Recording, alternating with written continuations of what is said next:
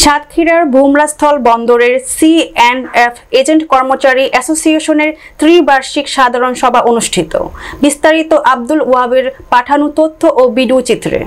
শনিবার সকাল 11টায় সাতক্ষীরার বুমরাস্থল বন্দরে সি&এফ এজেন্ট কর্মচারী অ্যাসোসিয়েশনের ত্রিবার্ষিক সাধারণ সভা উক্ত সংগঠনের সভাপতি বাবু পরিতোষ ঘোষের সভাপতিত্বে প্রধান অতিথির বক্তব্য রাখেন আহ্বায়ক হাবিবুর রহমান, কাস্টমস সি&এফ অ্যাসোসিয়েশন বুমরা।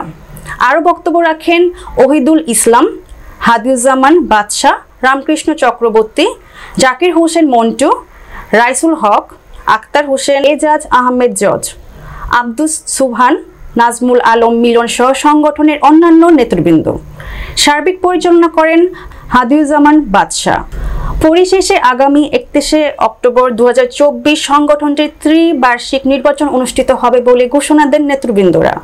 এর আগে সংগঠনের সকল আয় ব্যয়ের হিসাব মিটিয়ে নেন কর্মকর্তারা। সংক্ষেপে দিতে হবে। সর্বোপরি আজকের এই মহতী অনুষ্ঠানের মধ্যমণি উপস্থিত আছেন আমাদের মঞ্চে বুমরা সি&এফ অ্যাসোসিয়েশনের দুইবারের সভাপতি। মানুষ বসে আছেন যে আমি লাঠি ধরে রাস্তায় গাড়ি করতাম, তখন ওইসব আমাদের লাইনম্যান রাখার সুযোগ ছিল না। যাক, সে কথায় যাবো না, আসি।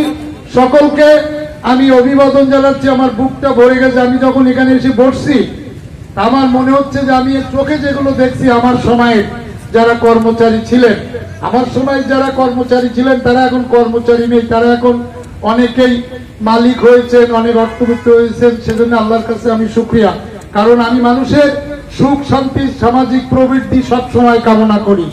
তো আমার মনে হচ্ছিল যে আমি উঠে যে মোটামুটি 100 লোক 50-100 লোকের আমি একটু হাতে হাত দিয়ে আসি, কিন্তু সেটা একটু অনুষ্ঠানের বিশৃঙ্খলা হবে বলে একটু আমি এটা করি না। যাই হোক, আমি কথা বলাবো না।